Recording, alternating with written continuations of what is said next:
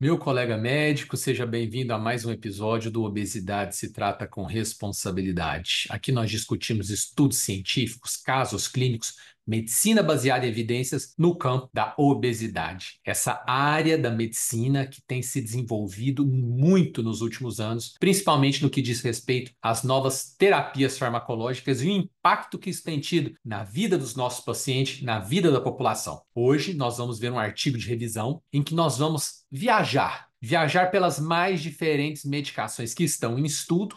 Algumas ainda não estão disponíveis para venda e outras que já estão disponíveis para nós como arsenal para tratarmos nossos pacientes. Vamos lá? Vou compartilhar a tela com vocês. Esse é um artigo de revisão, agora de 2024, publicado no International Journal of Obesity. É um artigo muito interessante porque olha o título, qual é o caminho dos futuros medicamentos para a obesidade? O que nós temos vivido? Isso tem impactado que esse ramo, essa área da medicina tem sofrido nos últimos tempos, é estrondoso. Houve um avanço muito grande nas terapias farmacológicas nos últimos anos em relação ao tratamento da obesidade. Os cientistas estão perplexos, os médicos estão perplexos, a população está perplexa com tudo que tem vivido. Antigamente, as medicações para tratamento da obesidade, elas eram marcadas principalmente pelos efeitos colaterais e pela baixa entrega de perda de peso. Então, criou-se muitas vezes uma cultura de que a pessoa tomava remédio para emagrecer o paciente e não tinha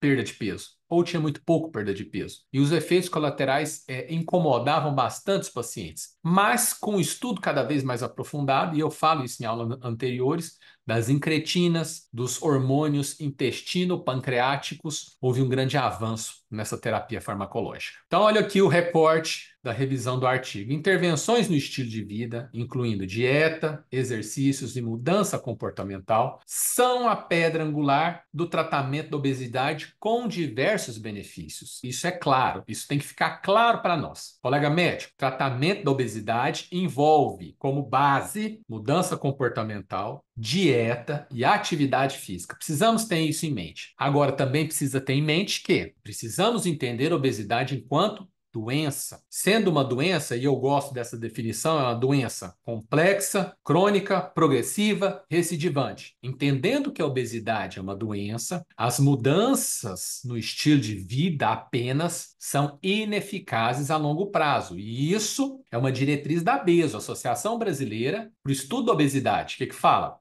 Dieta, atividade física, as mudanças no estilo de vida a longo prazo são ineficazes para a perda de peso, porque a obesidade é uma doença.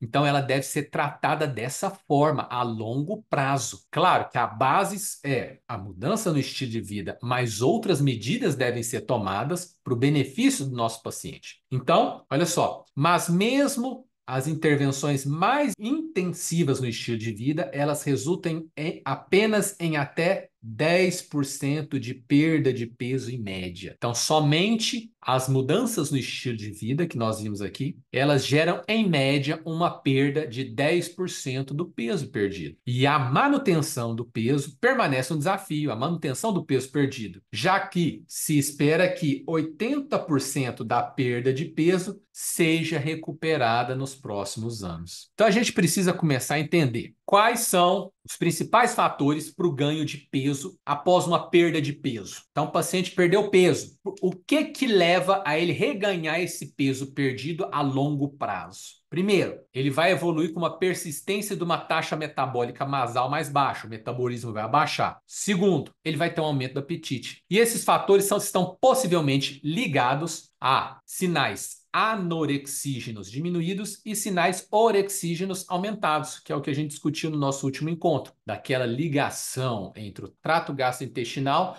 e o sistema nervoso, tendo como grande representante o hipotálamo. Lá é que ocorrem os estímulos ou de nervos orexígenos, que levam ao apetite, ou anorexígenos, que levam à diminuição do apetite. E apesar de uma perda de peso, como a gente viu aqui, com as mudanças de estilo de vida, que levam a uma perda de peso de até 10%, então apesar de uma perda de peso de 5 a 10% ela ser benéfica, Isso é boa. Uma perda de peso maior pode ser necessária para as pessoas alcançarem a melhora de algumas comorbidades relacionadas à obesidade. E a gente tem como parâmetro, normalmente, né, a cirurgia bariátrica. A cirurgia bariátrica ela leva uma perda média de peso de 25 a 30%, mas ela encontra dois grandes obstáculos. Primeiro, ela não é escalável em nível populacional. Sair oferecendo cirurgia bariátrica para toda a população. Tem custos envolvidos, complicações que podem estar envolvidas. E segundo, as pessoas podem ter uma certa resistência quanto a essa opção da cirurgia, dadas as complicações pós-operatórias. Dessa forma, compreender melhor o papel desses hormônios enteropancreáticos, que vão estar na base das medicações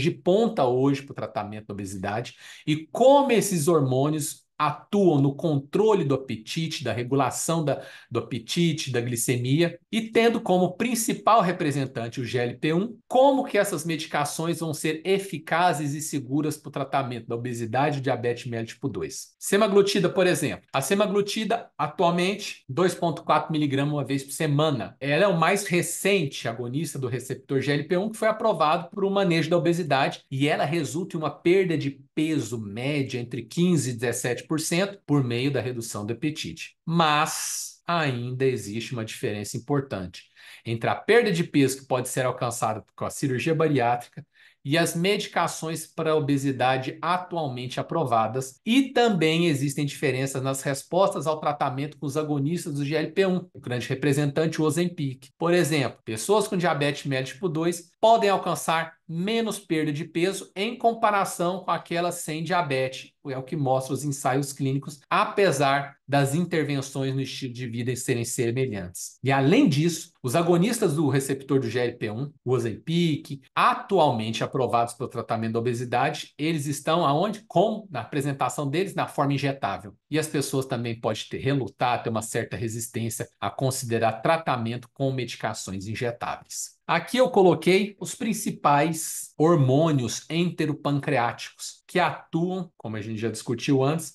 na homeostase energética. Vão enviar sinais do trato gastrointestinal para o sistema nervoso para processar esses dados, para dali retornar com mensagens de tem que comer mais, não deve comer mais, já entrou uma determinada quantidade de proteína, de carboidrato, de lipídio, não precisa mais, precisa voltar a ter fome, não precisa ter fome. Então esses são os principais hormônios, é o GLP-1, o glucagon, o PYY, a amilina e o GIP. Todos aqui eles atuam diminuindo o apetite, os principais aqui eles são chamados de hormônios incretinas, porque eles estimulam a produção de insulina em resposta à ingestão de nutrientes. Você vê o GLP-1, vou citar aqui rapidamente, o GLP-1, vários benefícios, como a gente já viu, cardioproteção, aumenta a lipólise, retarda esvaziamento gástrico, o GIP diminui apetite, diminui a secreção ácida, diminui a reabsorção óssea, a amilina diminui o apetite, aumenta o gasto energético, o PYY diminui apetite,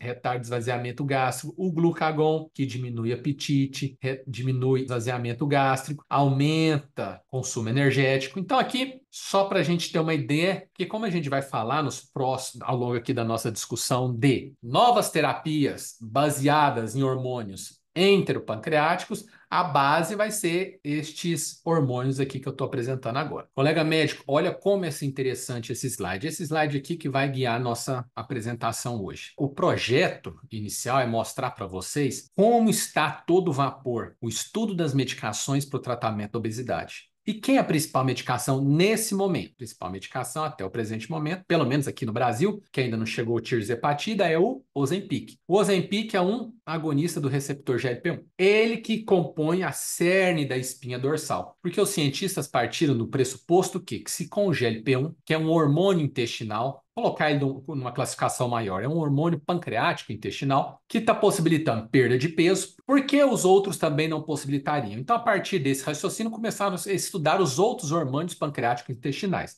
Aí veio o estudo da amilina. A amilina, os agonistas da amilina, o grande representante a gente vai falar, que é a cagrelintida. Quando se associa ao GLP-1, é a cagricema, que está em estudo. Os agonistas do GIP, tem agonista do GIP em estudo, e quando se associa com o GLP-1, o grande representante é a tirzepatida, e logo, logo está nas prateleiras das farmácias brasileiras. O PYY, os agonistas do PYY, e também a associação com o GLP-1, e os agonistas do glucagon, que quando se associam também com o GLP-1, tem algumas medicações, nós vamos discutir sobre elas, o survotide, o efinopegdutide, o masdutide, e também quando se associa para formar o triplo agonista, GIP, GLP-1, glucagon, que é o retatrutide. Então, aqui está a base da nossa discussão de hoje. Colega médico, nessa tabela a gente pode ver vários e vários estudos em diferentes fases das mais diferentes medicações que hoje vão compor nosso arsenal para tratar nossos pacientes. A gente tem a semaglutida oral, que eu vou falar já sobre ela, o tirzepatide, associação do GLP-1 com GIP, o orforglipron, que também é uma molécula pequena, vamos falar sobre isso, a cagrelintida, que é um agonista da amilina, o survotide, que é uma associação do GLP-1 com o glucagon. Tem vários estudos aqui já em diferentes fases de evolução e mostrando já a perda de peso. Mas o que eu quero destacar aqui em especial é para aqueles pacientes que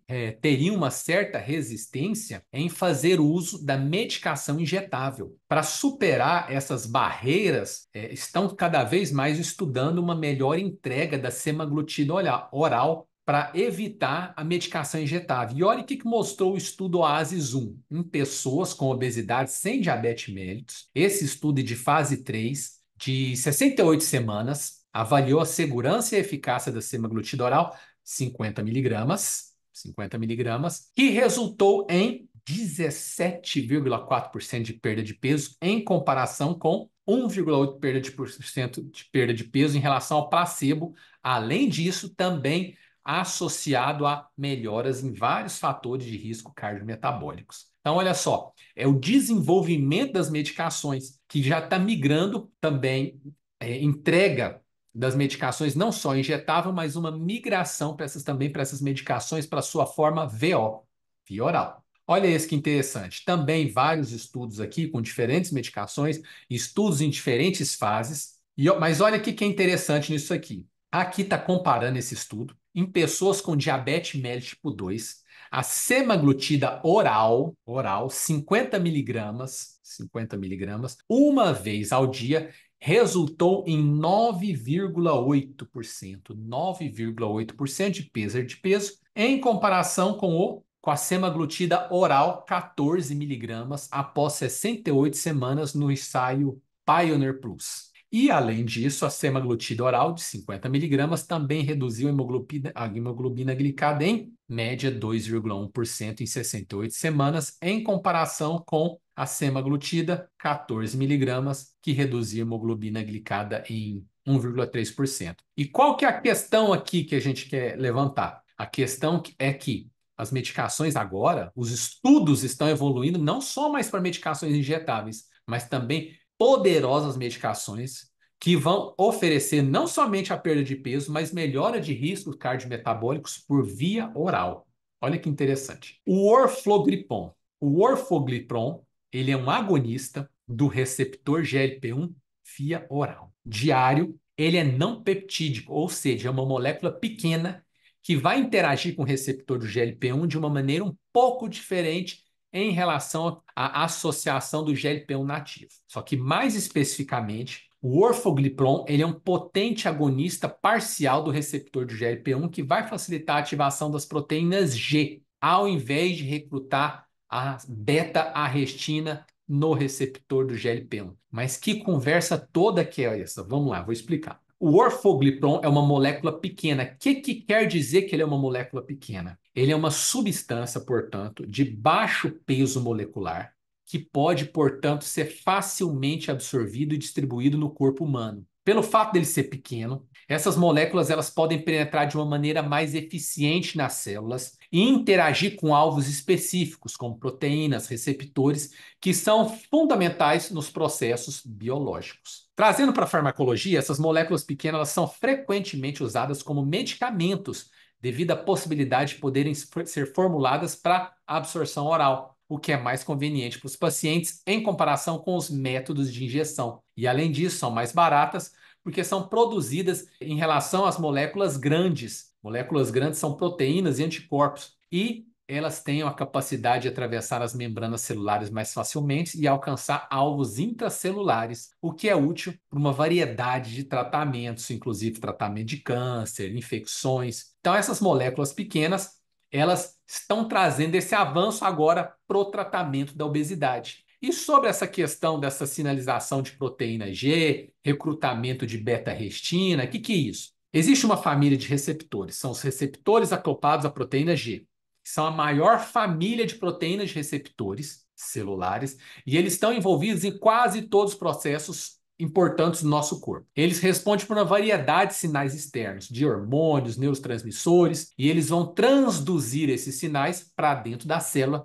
iniciando uma resposta específica. Então, quando um agonista, seja ele um hormônio, um medicamento, ele se liga à proteína G na superfície da célula, ele causa uma mudança na estrutura do receptor que permite a interação com uma proteína G próxima a ele. E essa proteína G é uma molécula-chave que vai atuar como interruptor, sendo ativada pelo GTP, que é uma molécula de energia. Uma vez ativada, ela vai poder modular a atividade de outras proteínas ou enzimas dentro da célula, iniciando uma cascata de eventos que vão resultar numa resposta celular, como a secreção de insulina ou alterações no metabolismo. Essa é o mecanismo da ativação da proteína G. E o que é o recrutamento de beta-arrestina? Quando ocorre, então, a ativação do receptor por meio de um agonista, as células têm mecanismo para desligar ou modificar esse sinal para evitar excesso, superestimulação. E uma maneira de fazer isso é através do recrutamento de uma proteína chamada beta-arrestina. Essa proteína se liga ao receptor, bloqueando a interação com as proteínas G da outra família e direcionando o receptor para ser internalizado ou desmembrado, decomposto, o que vai diminuir a intensidade e a duração do sinal. Além disso, também a beta-arrestina pode iniciar outras vias de sinalização que são independentes das proteínas G, levando a efeitos celulares alternativos. E o que isso tem a ver com o orfoglipron? O orfoglipron, por ser uma molécula pequena, poder então ser entregue à formulação via oral, ele representa um avanço nos tratamentos do diabetes, da obesidade. Por quê? Porque ele vai facilitar a via de administração, vai ser agora por via oral, facilita a adesão dos pacientes no tratamento. E ao preferir a ativação da proteína G ao invés da beta-arrestina, o orfoglipron pode ampliar, potencializar os efeitos benéficos desejados, como, por exemplo, redução da glicemia, controle do peso, enquanto possíveis efeitos colaterais são minimizados que estariam associados ao recrutamento da beta-arrestina. E essa especificidade na escolha da via de sinalização, preferindo o orfoglipron, proteínas da família G, do que a beta-arrestina, pode resultar num perfil terapêutico mais favorável, possibilitando uma resposta mais controlada, mais eficiente para o tratamento das doenças metabólicas. E olha só, ampliando aqui para você ver sobre o orfoglipron. Num ensaio clínico de fase 2, em pessoas com obesidade, 36 semanas de orfoglipron, numas doses que variavam de 12 até 45 miligramas, resultou numa perda de peso dependente da dose de até 14,7%, em comparação com 2,3% do placebo, com a melhora também concomitante nos fatores de risco metabólicos.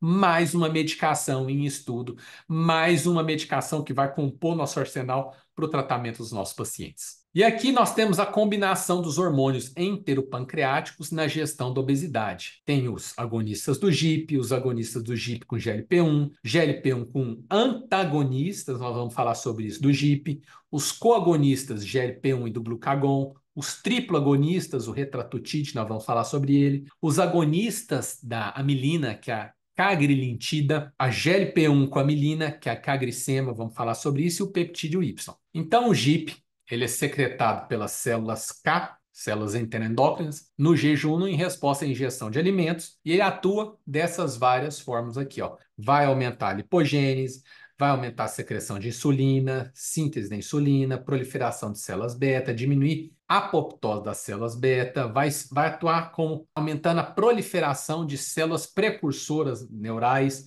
aumentar a formação óssea, atuar estimulando também a secreção do glucagon. Agora, no contexto de diabetes mellitus tipo 2, isso é importante.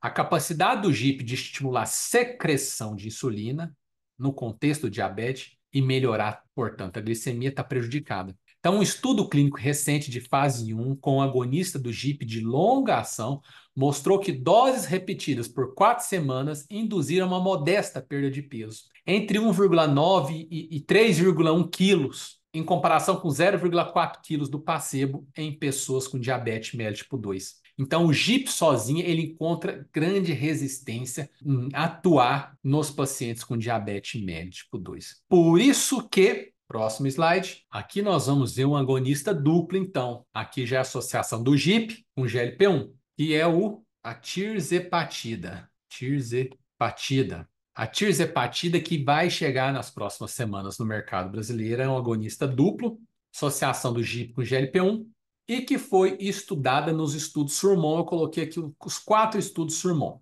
Os estudos 1 e 2 foram estudo da avaliação da perda de peso em 72 semanas. Para o Surmont 1, nos pacientes sem diabetes, por Surmont 2, nos pacientes com diabetes. Após 72 semanas, a perda de peso para aqueles que usavam tirzepatida foi entre 16 a 22,5% do peso perdido. Os que estavam com placebo, 2,4% do peso.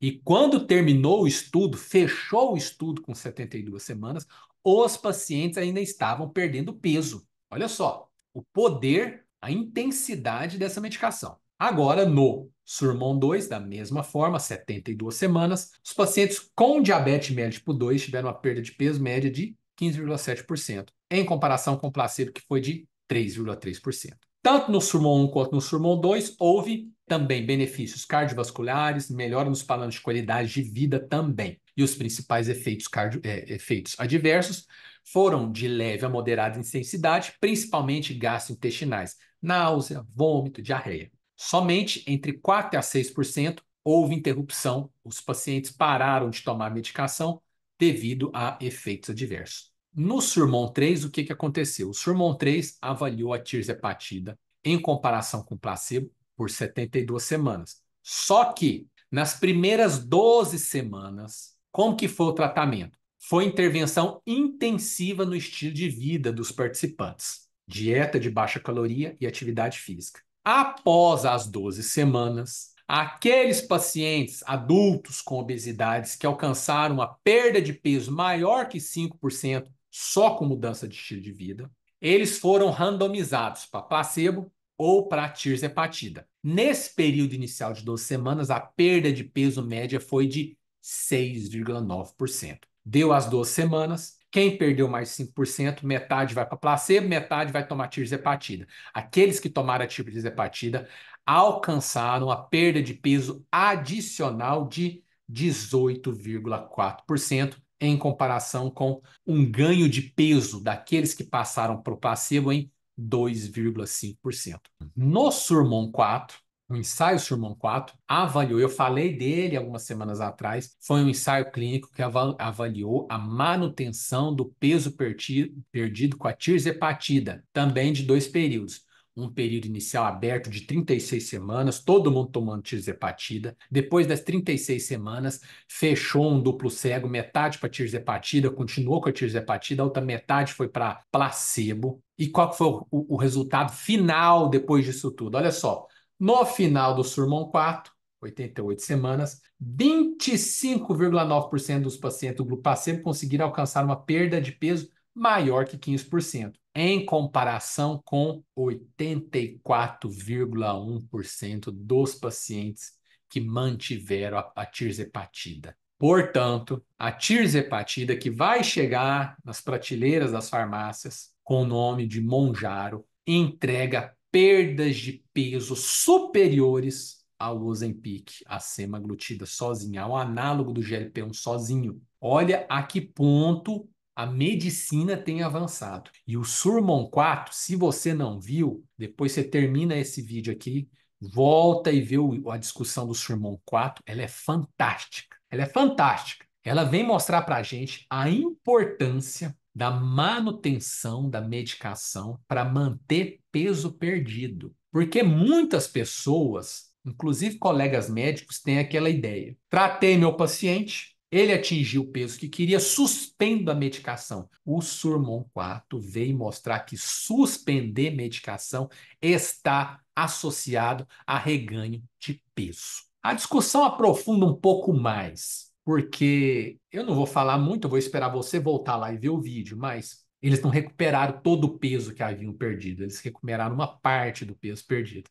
Isso gera uma discussão interessante. Entra lá para você ver. Estudo Surmon 4. Agora, olha só essas medicações também que estão sendo estudadas: agonistas do GLP-1 e antagonistas do GIP. Antagonista, olha só. Antagonista. A tirzepatida que nós vimos aqui no slide anterior é um agonista de GLP-1, mas como pode fazer um agonista do GIP? Interessante, né? Vou explicar isso aí. Então, olha só, recortes do estudo. O antagonista do GIP também é um tratamento potencial para a obesidade, pois em estudos pré-clínicos melhorou o perfil metabólico e reduziu a ingestão de alimentos. Nome da medicação que está em estudo: AMG 133, subcutânea a cada 4 semanas, é um anticorpo monoclonal projetado para antagonizar o receptor do GIP e também está ligado a dois peptídeos de GLP-1 modificados que ativam o receptor GLP-1. Então, uma possível explicação para os efeitos semelhantes sobre o peso, tanto quando faz agonismo quanto antagonismo pelo GIP, é a potencial dessensibilização dos receptores do GIP pela exposição aos agonistas do GIP. Então, apesar do GIP também promover secreção de insulina, ele também é associado a armazenamento de energia e produção de adiposidade em modelos animais. No ser humano, a função do GIP pode contribuir para os processos metabólicos que favorecem armazenamento de gordura, especialmente em contextos de obesidade e resistência à insulina. Então, quando a gente fala em antagonizar o GIP, a medicação ela pode potencialmente, sim, os antagonistas do GIP, potencializar essa redução dos efeitos pró-adipogênicos, diminuindo o armazenamento de gordura, melhorando a resistência à insulina, e isso pode complementar a ação do GLP-1, que já está trabalhando para reduzir a ingestão de alimentos e aumentar o gasto energético. Portanto, colega médico, a combinação do agonismo do GLP-1 com o antagonismo do GIP pode oferecer um efeito sinérgico. Enquanto o GLP-1 reduz a ingestão de alimentos e promove saciedade, o antagonismo do GIP pode ajudar a diminuir o armazenamento de gordura, melhorar a sensibilidade à insulina, e isso resulta em uma abordagem mais abrangente para o manejo da obesidade e do metabolismo. Então, resultados de um ensaio de fase 1, eles mostraram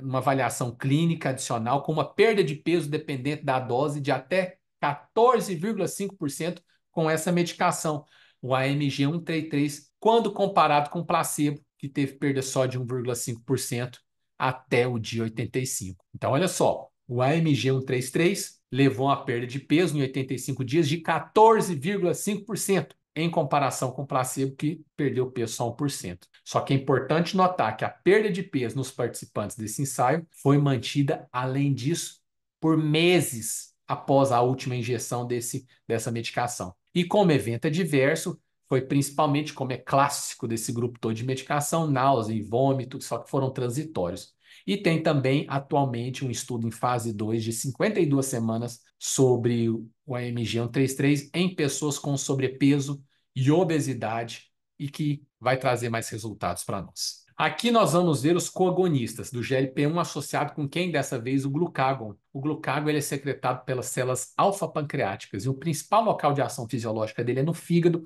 para aumentar a produção de glicose hepática. Tá? A associação, o agonismo do glucagon, ele também reduz a ingestão de alimentos, aumenta gasto energético e que tem potencial efeito também na perda de peso. Alguns estudos aqui mostraram isso. Olha só, uma medicação que está em estudo, Survotide, que é a associação do GLP-1 com glucagon, mostrou perda de peso em 46 semanas de 18,7% em comparação com 2% do placebo. Outra medicação, o Pemvidutide, mostrou perda de peso de 15,6%. O Masdutide também está em andamento. Foi um comunicado que foi feito à imprensa, perda de peso de 15,4% após 24 semanas de uso.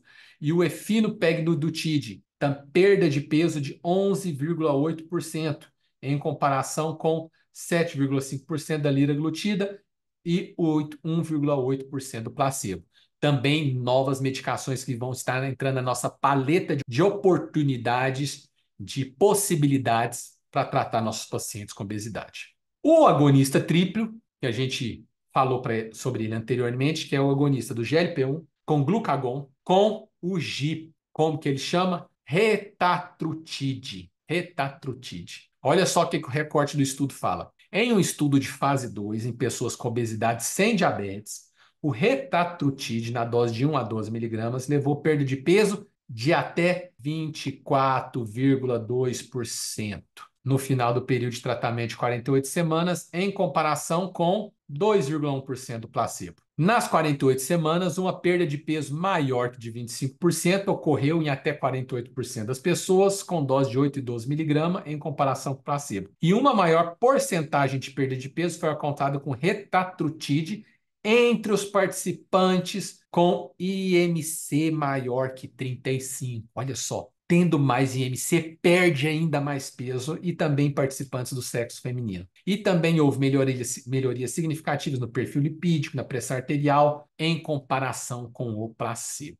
Olha só, também nova medicação que está em estudo. E para finalizar, algumas medicações que não estão baseadas em hormônios enteropancreáticos, que é o bimagrumab e o fator de crescimento e diferenciação 15, o GDF-15. O bimagrumab ele é um anticorpo monoclonal que vai estimular o crescimento da musculatura estemética, porque ele bloqueia o receptor tipo 2 da ativina e ele é administrado por via endovenosa a cada 4 semanas. O bimagrumab ele tem um efeito importante para melhorar a qualidade de perda de peso. Por quê? Porque ele vai preservar a massa magra, vai preservar músculo e pode se tornar, ainda está em estudo, pode se tornar uma opção no tratamento, principalmente da obesidade sarcopênica. E ele é também muito interessante porque a tendência do paciente que perde peso, além de perder um pouquinho de massa magra, de músculo, ele vai evitar essa perda de massa muscular, mas ele também vai evitar que o metabolismo abaixe. Metabolismo baixando com a perda de peso dificulta a manutenção da perda de peso. Então, se ele bloqueia a perda de massa muscular, ele mantém músculo. Músculo, fibra muscular, tem metabolismo mais alto. Então, vai dificultar o reganho de peso. O GDF-15 ele é uma citocina que ele é estimulada na presença do estresse. De onde veio essa história de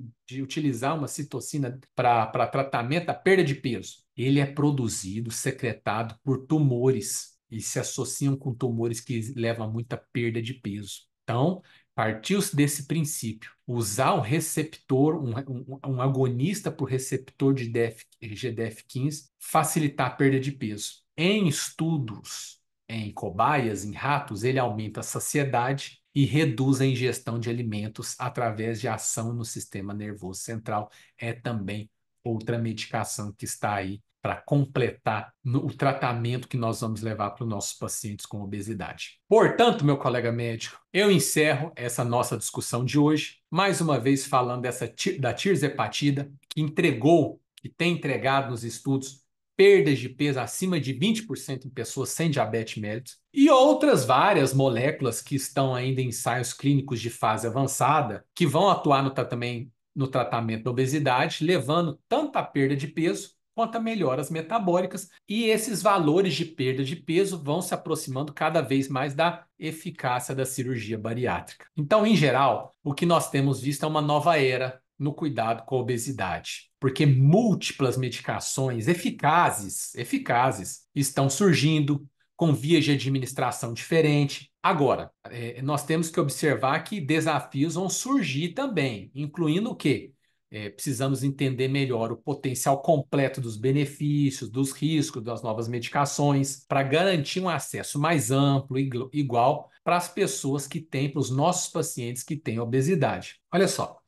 A perda de peso média nos ensaios com as novas medicações para obesidade, as mais eficazes, elas têm variado de 15 a 25% em um ano. E essa perda de peso ainda pode ser ainda maior, porque o estudo encerra e as pessoas ainda estavam perdendo peso ao final do estudo. Então, a eficácia dessas novas medicações, ela vai permitir que nós, médicos, tratemos nossos pacientes com metas de tratamento individualizadas, semelhante ao que ocorre hoje no tratamento do diabetes, da dislipidemia. E, além disso, essas medicações para obesidade, com diferentes mecanismos de ação, vai nos proporcionar, a nós médicos, a oportunidade de selecionar tratamentos com base em preferências do paciente, nas comorbidades que o paciente tem, no perfil de segurança da medicação, nas respostas ao tratamento, com o objetivo de alcançar metas de perda de peso individualizadas, melhorar a saúde geral, melhorar a qualidade de vida. Agora, é claro, alguns riscos, por exemplo,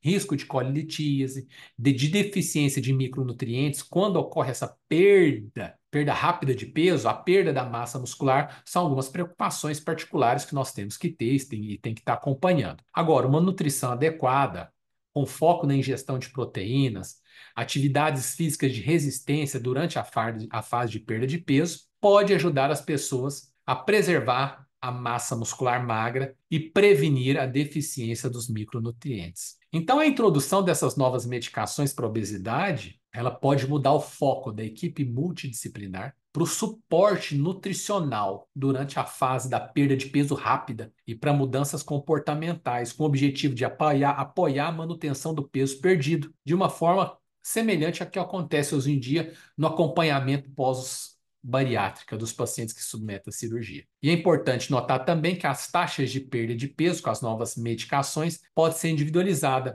algo que não é tão viável com a cirurgia bariátrica. E a deposição da gordura ectópica nos diferentes órgãos resulta, ao longo do tempo, numa disfunção metabólica progressiva e em complicações metabólicas específicas em órgãos, como, por exemplo, que é o que acontece na esteatose hepática. Então, ações diretas e independentes de algumas novas farmacoterapias na obesidade, na gordura ectópica, elas podem aumentar ainda mais o potencial para a escolha de tratamentos personalizadas para aquele tipo de paciente. Por exemplo, combinações do glucagon com o análogo de GLP-1. Eles alcançam uma maior redução de conteúdo de gordura hepática em pessoas com esteatose hepática, quando comparado com um agonista do GLP-1 sozinho, apesar da perda de peso ser semelhante nos dois. Outro exemplo, o agonista do GLP-1 reduz a gordura epicárdica com a semaglutida a 2,4 mg. Especificamente, ele tem melhores benefícios em pacientes com insuficiência cardíaca com fração de ejeção preservada.